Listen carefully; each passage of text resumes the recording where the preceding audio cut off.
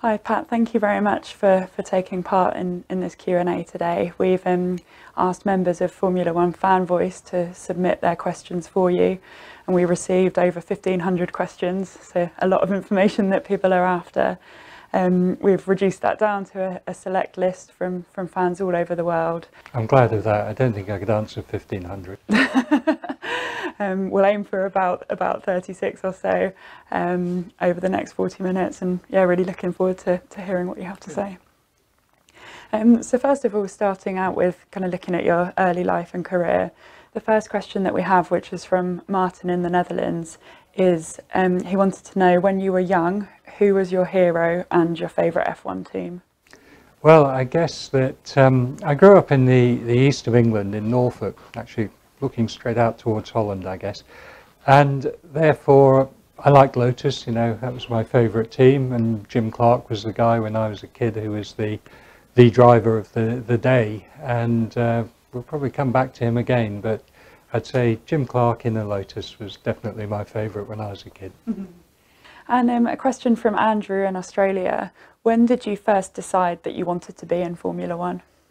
Well, I think that I decided I wanted to design cars at a very, very early age, and certainly when I was 11, 12, I knew that that was what I wanted to do, but I was thinking more in terms of road cars.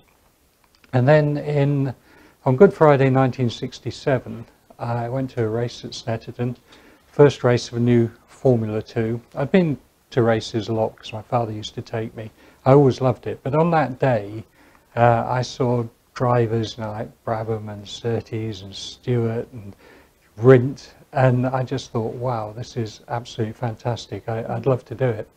And you know, an interesting thing is, a few years ago I managed to get a program from that race. I bought it on eBay, and when I looked at those guys who were racing that day in all the different races, it was really amazing, because so many of them are my friends now. You know, there I was, a 13-year-old, absolutely just awestruck with these fantastic guys, and now I can walk up to them and talk to them, and it's really, you know, my career has been fantastic in that respect. Mm-hmm. And you said that you'd always wanted to design cars, so what motivated you, and this is a question from Maris in Latvia, to become an engineer? What was the drive? Well, it was my father. My father was an engineer. He was in the Royal Air Force. Aircraft were his first love, but he loved cars and he loved racing as well. And so, as I said, he used to take me to races. And I used to spend my weekends taking cars apart, taking his car apart. Sometimes he'd have to put it back together again, but bit by bit, you know, I learned. And I just found it fascinating. I used to spend my pocket money on plastic models and Meccano sets and things like that. I just loved making things. And I loved understanding how they worked. And that's what drove me to engineering, I think. Mm-hmm.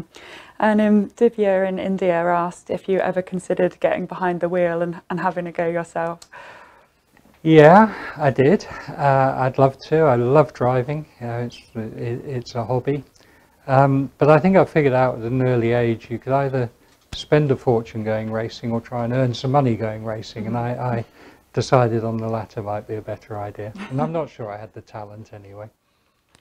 And a question from Ben in the UK. What is your favourite car to have worked on throughout your career?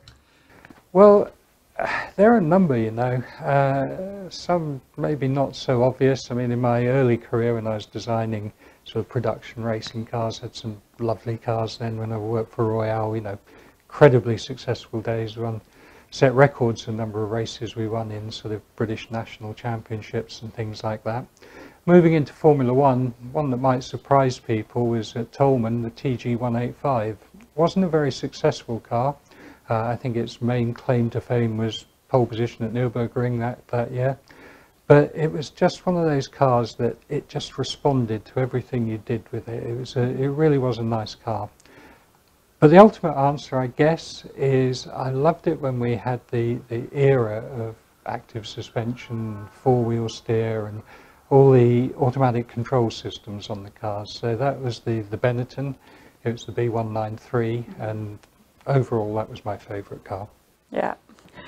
And what was your most difficult engineering design problem? So whether due to rule changes, budget, spatial constraints that you've encountered over your career, and how did you resolve it? That's a question from Serena in Canada. Well, there are so many of them. It's unfortunate that you do have these problems, and I think that there are many of them. It's what you deal with all the time. But I remember when we changed the rules quite significantly in 2009. And it's rather ironic because I'd been really at the forefront of those rule changes, working with Paddy Lowe, who is now at Williams, and Rory Byrne, who's still at Ferrari. And we developed a lot of new aerodynamic rules. But working at Renault at the time, when we produced our 2009 car, actually it wasn't a very good car. And I think I really had to work hard. I remember we were testing at Portimao in Portugal at the beginning of that season, pre-season, and I sat with the engineers all night in the truck just trying to figure out why we weren't getting the response we wanted from this car. And it turned out we weren't using the aerodynamic map very well. So, you know, the car, you talk about what lift it has, what drag it has, but actually that's a function of what attitude it's at, what ride height it's at, how much it's rolling, things like that. And we really hadn't set the car up very well to handle that. And it was a remarkably difficult problem to work our way through. And we were very bleary-eyed next morning by the time we'd actually started to get a few solutions. That was quite a difficult one. I bet. And from your perspective, and this is from Jim in the USA, what is the greatest engineering discovery that has occurred during your time in motorsports? Well, I've been in motorsports a long while, so you know, a lot of things have come along, and I've had to teach myself a lot of them because I did my sort of first degree classical mechanical engineering and then a master's degree in automotive. But in the days really when, you know, it was very classical engineering, I think the answer is electronics. And quite early on in my career, I realized that electronics was just sitting there waiting to be exploited by a mechanical engineer like me. So I started to teach myself a bit about it. And when I was at Benetton, I think we were the first team to set up a full-blown electronics department. We were building our own data acquisition systems and controllers for the active car that I spoke of earlier. And of course now when you look at what electronics can do, I think a lot of young people probably won't realise that we used to do that with mechanical analogies of what we have. So electronics has really transformed the way we live in total, but even racing car design. Yeah, definitely. And Vas in Hungary wants to know, what is the most challenging part of an F1 car to design? Well, Vas, there's not a single answer to that, because the actual answer is packaging. So what you're trying to do is you're trying to really integrate your design so everything works together. You know, there's nothing as light as a part that isn't there. So if you can integrate one thing into another, if you can give a component multiple purposes, you know, you're designing efficiently, you're reducing weight and inertia and all those sort of things. And I think to give you some examples, one of the most difficult areas to design these days is the suspension in general, because firstly you're not designing the suspension as you'd like to as a vehicle dynamicist, and bear in mind my sort of training is as a vehicle dynamicist. What you're doing is you're designing suspension that's very much trying to maximize the aerodynamics rather than the vehicle dynamics. Now when you get to the rear of the car, what that means is that you've got wishbones that are not in great places, so you're imposing much higher loads into the gearbox than you'd really like to. And then the springs and the dampers and the inerters and all these sort of things, anti-roll bars, you're trying to squeeze them into a space where really there isn't space for them. So you've got some amazingly difficult packaging to do there, all so you can get them out of the airflow and keep the car aerodynamically efficient, because ultimately that's where the real performance is, in having good aerodynamics. Mm-hmm. And moving on from that to a couple of the more technical questions we received. So one from Philip in the USA, who asks, compared to previous generation cars, what was the most challenging aspect of maximising the car's potential during the turbo hybrid era? Well, I think, Philip, the answer to that is to do with the power unit and the turbo hybrids, because I think that Formula One, people perhaps don't realise it, but motorsport in general is about efficiency, and it's about using what you've got efficiently.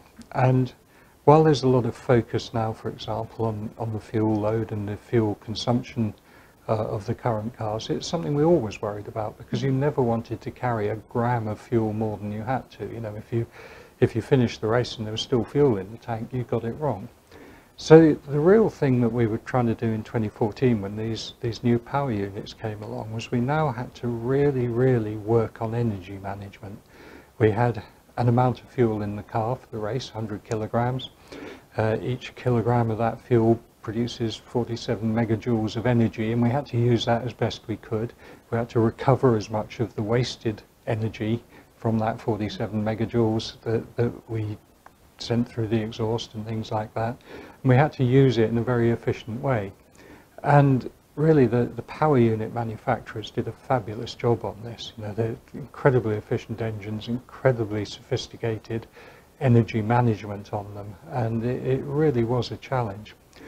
I guess alongside that, it's not quite so much to do with the 2014 onwards, but in general, these days you're having to do an awful lot of work on tyres and really trying to get the best out of your tyres, and they are still one of the less well understood aspects of the physics of a motor racing car, you know. So difficult things, but I'd say that energy management was the real 2014 onwards secret to success. Mm-hmm.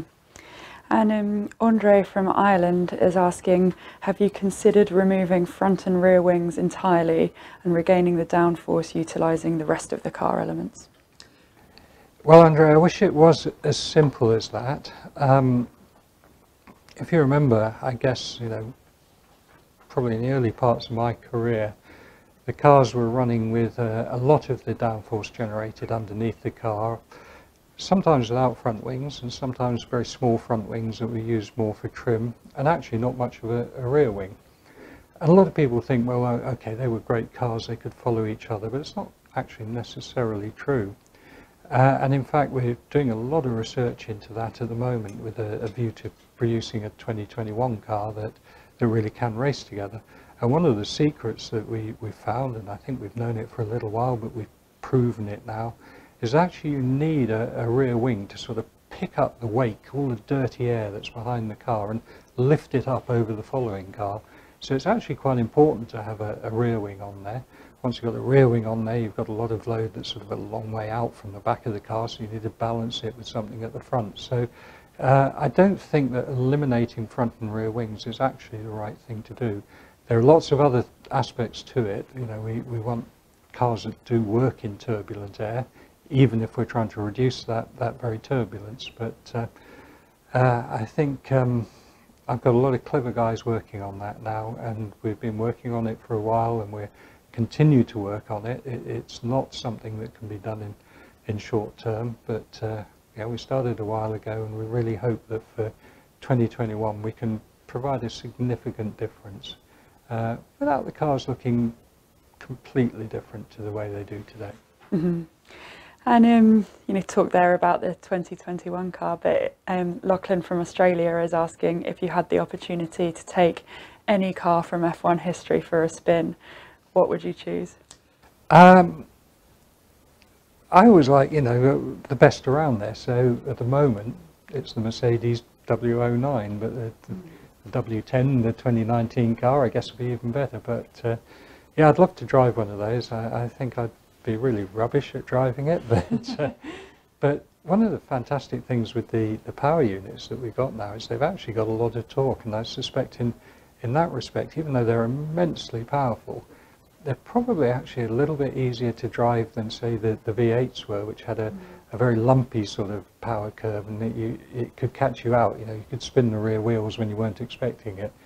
So I'll try and convince myself that maybe I could do it, but I guess I'm never going to get the chance to find out. And you've been involved in F1 for a long time and seen many technical innovations and rule changes.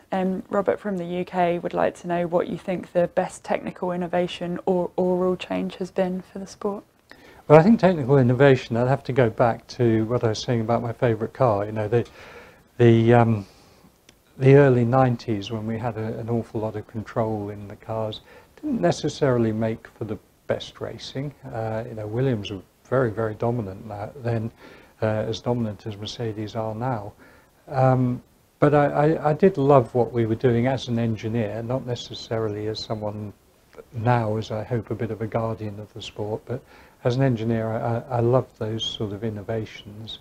And what was the second part of his question? It was what you think the best technical innovation or rule change has been. Yeah, well, I think those were the best technical innovations.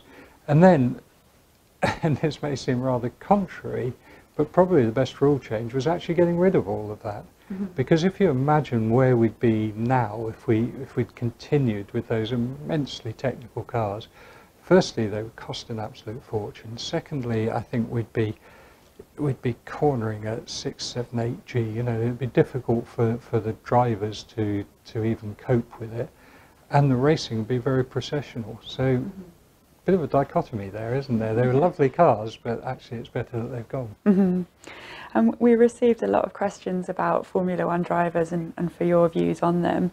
And the first of those is from Pepas in Greece, who is asking, from a technical point of view and the ability to change and improve the car, which are the driver or drivers that impressed you the most, and how?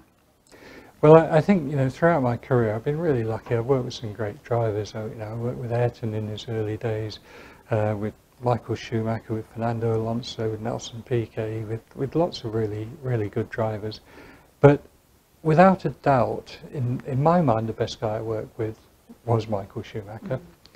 And for this very reason. Now, Michael, he just worked so hard at making the whole package work better. And that meant he worked at getting the car better, he worked at getting himself better, he even worked at getting the team better.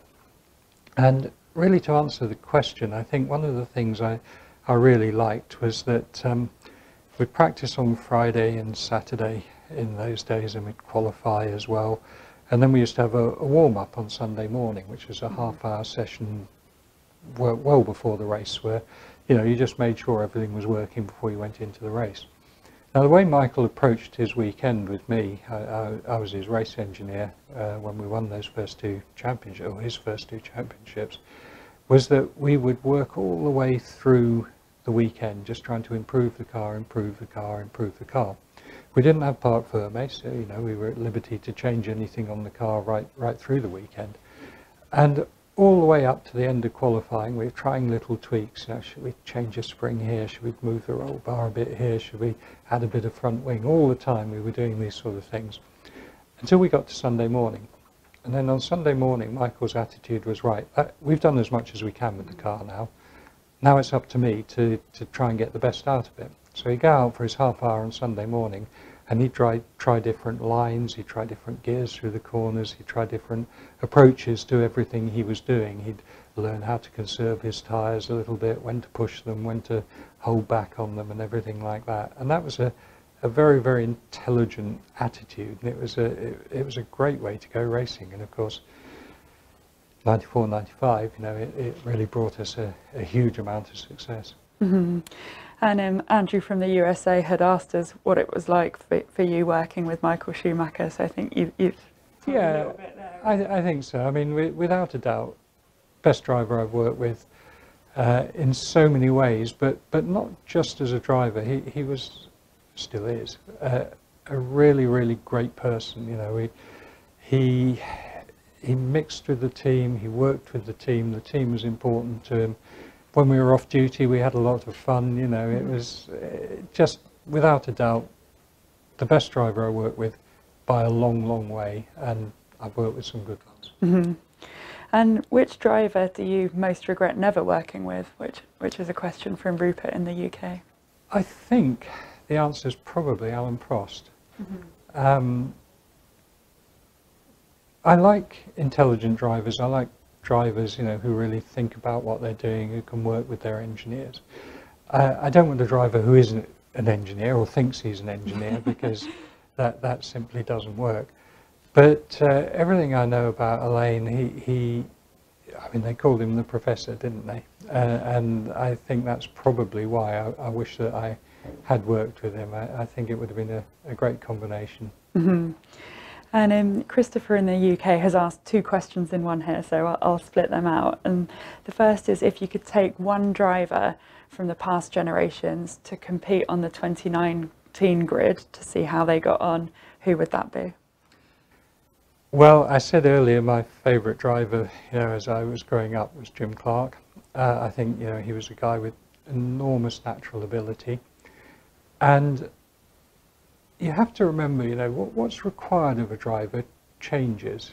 And what was required, Jim Clark was what, 60s, 70s, I guess, no, 60s, wasn't it? What was required then was totally different. They didn't have to be quite so technically savvy, but they had to have this amazing feel for the car, because it was totally down to them. They were the data acquisition system, you know, and they were the interface.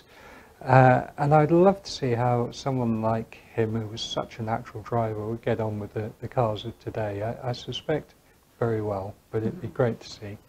And then the flip side of that is, if you could pick one driver off the 2019 grid and put them into a race from an earlier era, who would you pick, and what era would you put them into?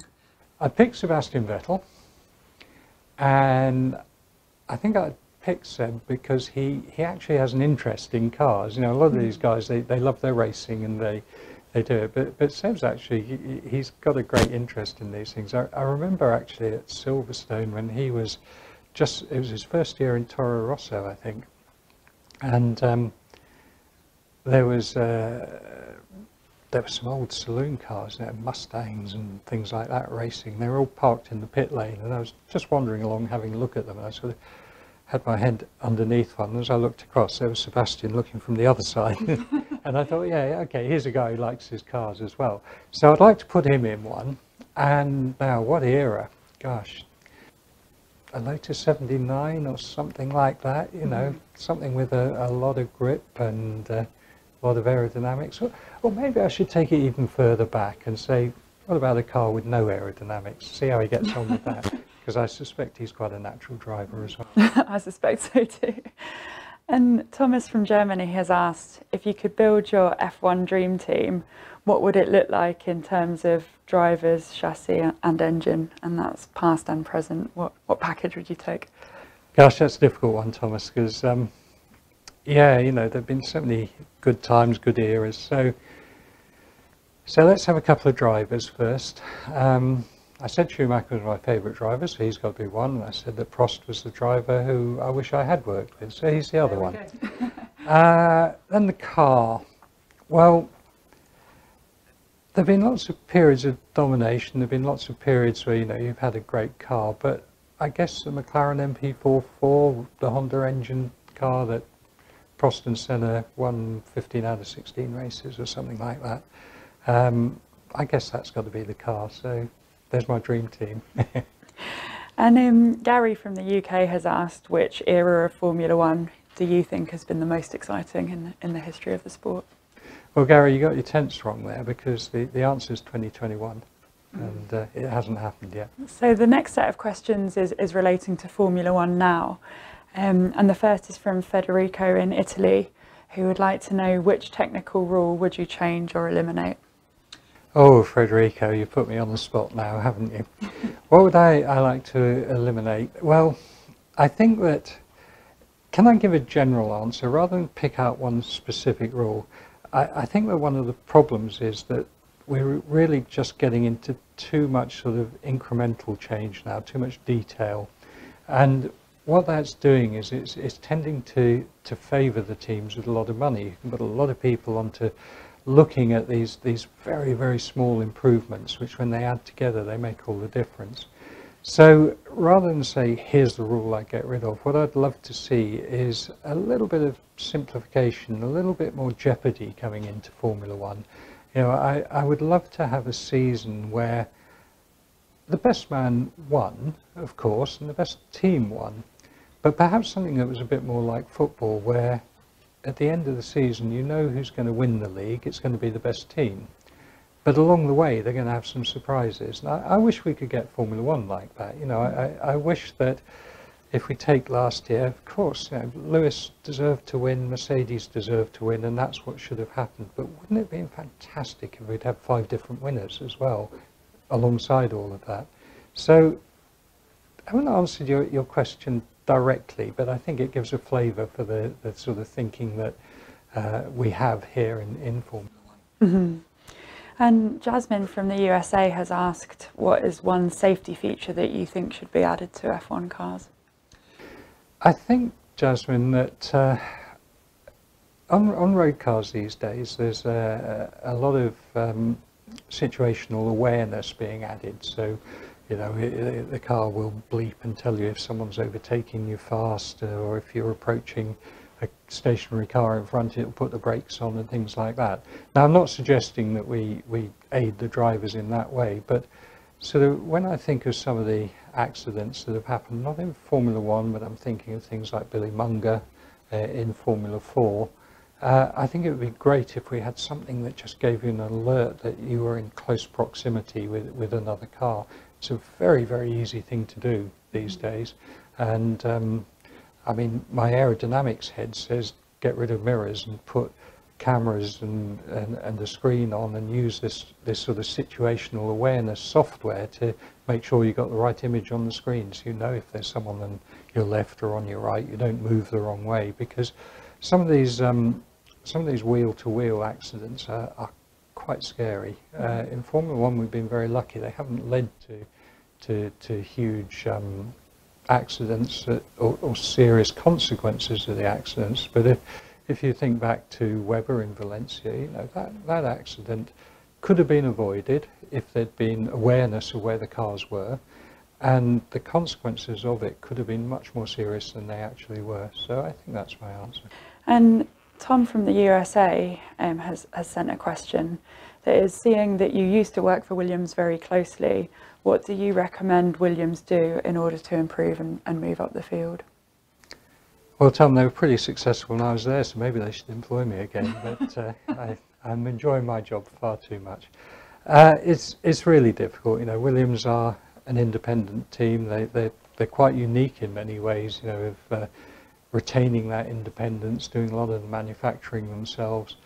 And one thing's for sure is there isn't a silver bullet. When I was Chief Technical Officer there from late 2013 or mid 2013 through to the end of 2016, yeah, we had some great results, and we had some great results because we had some really good people there.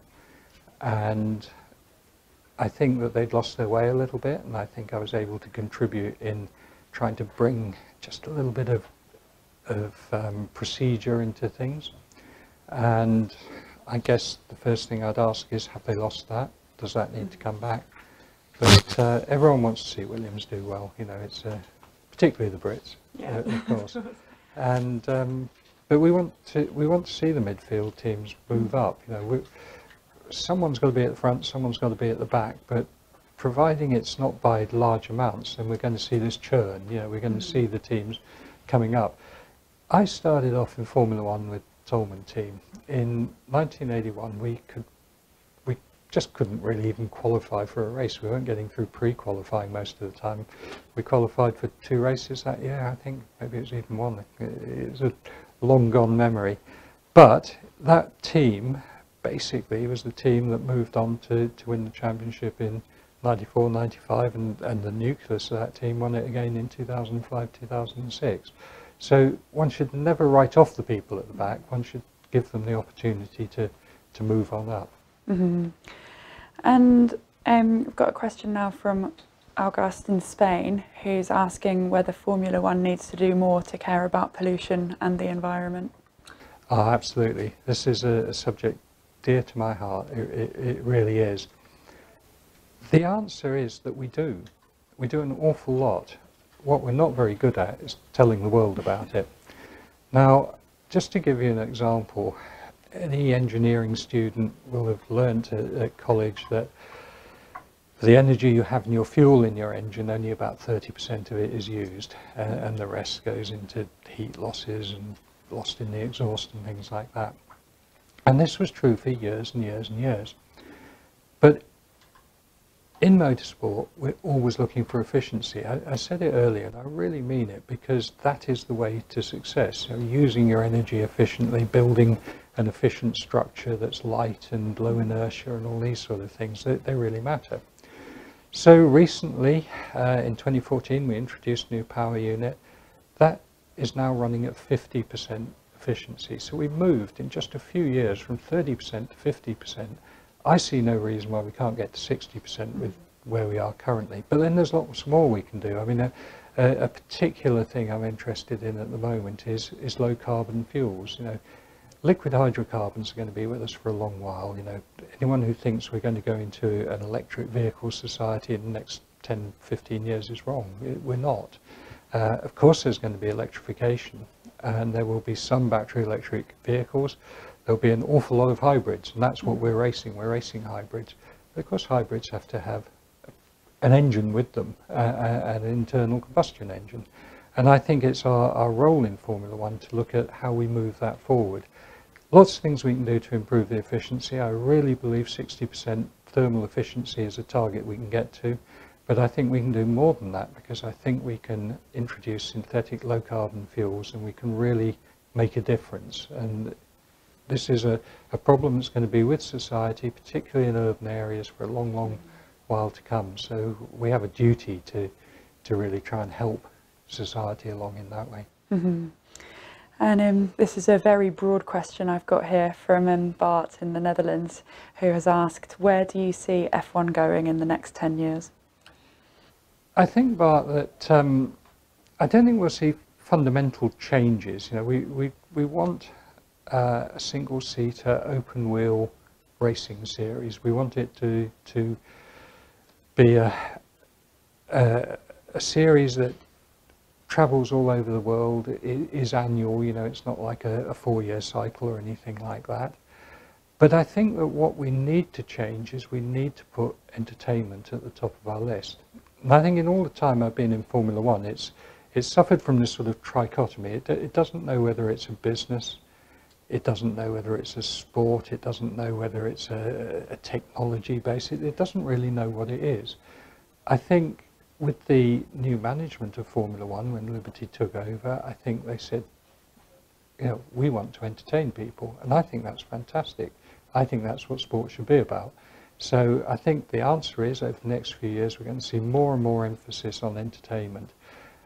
I don't mean we're going to contrive things, but I think we're going to keep on thinking. You know, I keep a day book, and in the back of my book I have my lens that I inspect everything we're doing with. You know, and it's just a few questions I ask myself. You know, is it making us more sustainable? Is it making it more entertaining? Is it going to help the small teams? All these sort of things. But entertainment sits right at the top there. Mm-hmm. And a few questions now about your role. So Michael from Australia has asked what it's been like to switch from the role of a technical director to being an expert analyst on Sky Sports. Well, I don't do the Sky stuff anymore because my job at Formula One's just got too intense, actually, but it was a really good thing to do. I enjoy explaining things. You know, I'm a professor at Cranfield University. I lecture in a number of subjects, both management and technical. So I like passing on knowledge, and I like trying to explain things. And doing that time working with Sky and giving that sort of technical pundit's role, I found it really good. I enjoyed doing it, and I learnt an awful lot, which has stood me in very good stead for what we're doing here in Formula One, because now I'm seeing all sides of it. You know, people say, oh, you jumped over the fence from the team to the sort of the commercial rights holder, but along the way I also had a look at, you know, who some of our customers are and what they want, and so it's a very useful exercise, and I certainly understand a lot more about the sport having spent a year working with Sky. So it was great fun and really good, and I miss it actually. And it was really strange that first year after I'd left Williams. I went to Australia in 2017, and it really wasn't till sort of Friday morning. I was walking to the track, and I actually thought, you know, for the first time in 40 years, I don't really mind who wins this race, and it was a really strange feeling.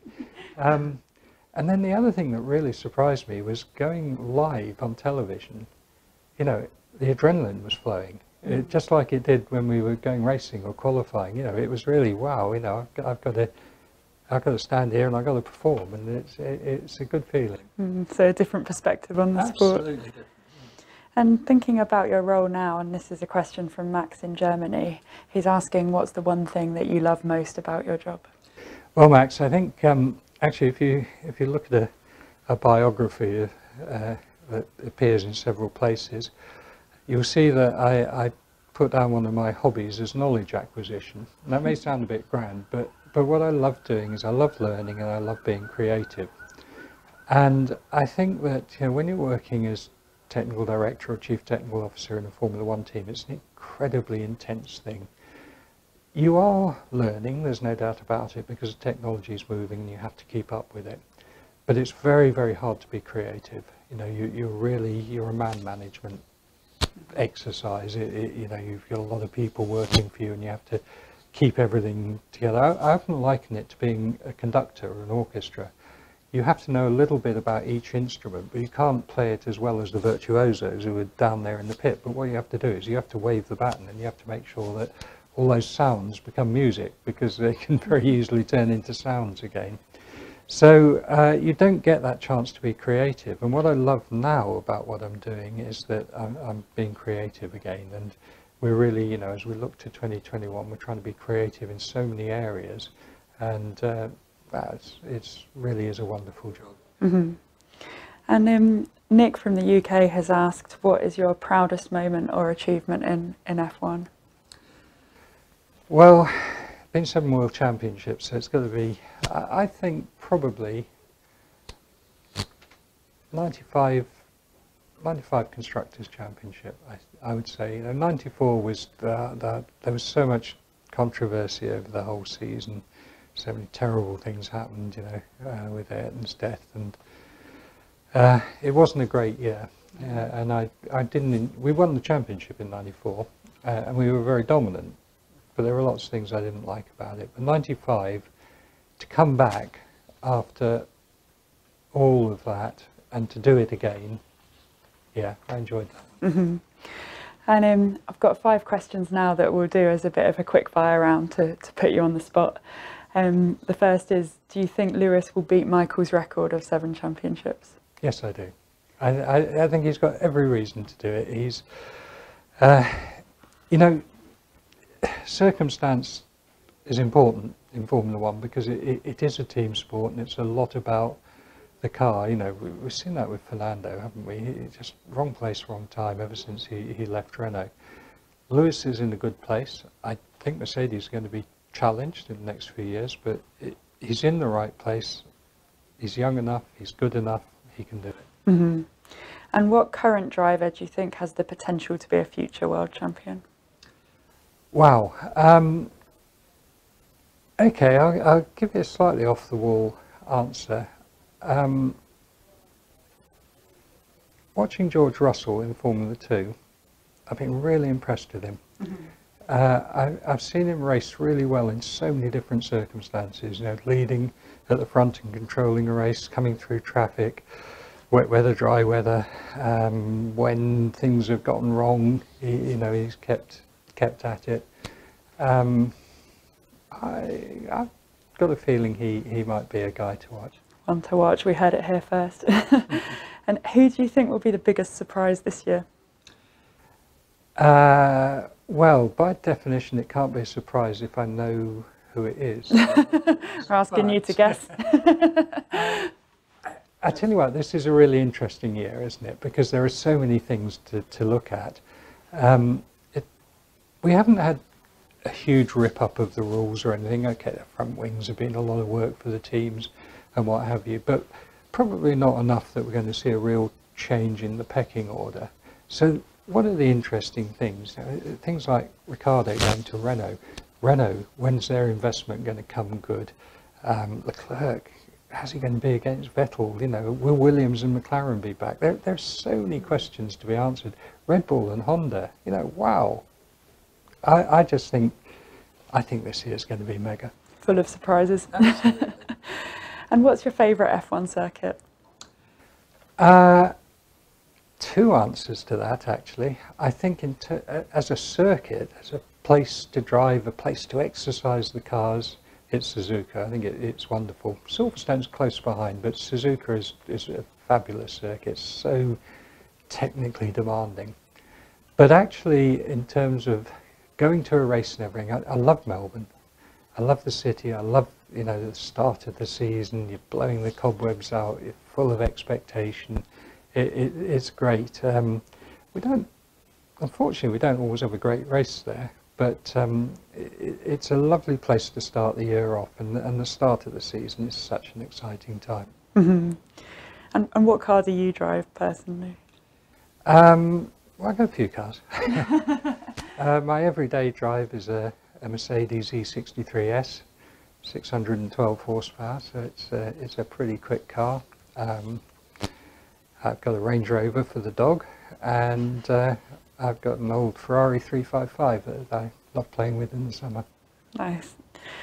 And just last three questions that we've got here. So this one's from Catherine in Austria, who's asked whether you can give some advice for young people aiming for a career in motorsport. Well, it's nice to hear that question, and it's nice to hear it from a female. We need more female engineers. My advice is that, you know, whatever you do in life, you've got to have a passion. That's how you succeed, and you look at every successful person in every walk of life, and they've got a passion for getting there. But on top of that, you know, engineering is an academic subject. You need to not just have that passion and that feeling for engineering, you need to be able to back it up with good solid logic, and you need to make decisions that are based on evidence, and you get that evidence through maths and physics. Mm-hmm. And so, you know, you've got to study those. I don't know how old she is, but at school, maths and physics are the important things. Then choose your university. You've got to have a good university if you want to get into engineering, and particularly into motorsport. And yeah, just aim as high as you can. Just keep pushing yourself. And then do what I did. Take things apart. You know, go buy an old car. You know, new cars are really hard to work on these days, aren't they? But buy an old car, take it apart, put it together, go and race it. Go and help people who are racing if you can't afford to go racing. Go and volunteer at weekends, things like that. But let that passion shine through. Yeah, great. And Ken from the Philippines has asked, in an alternate world, what would you be doing now as your job, you know, if you weren't in Formula One? You know what I'd like to do? I would like to compose music. The creative thing again. I love rock music. Yeah, I'd love to get in my car, turn on the radio and say, hey, I wrote that. Yeah, that would be satisfying.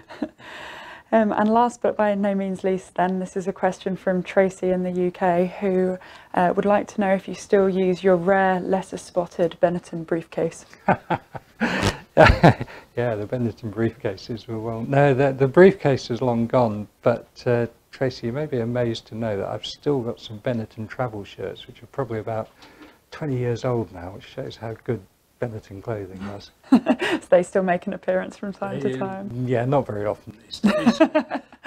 Oh, brilliant. Well, thank you very much, Pat, and, you know, thank you from the fans as well for answering their questions today. Some good questions, and it was a pleasure to answer them.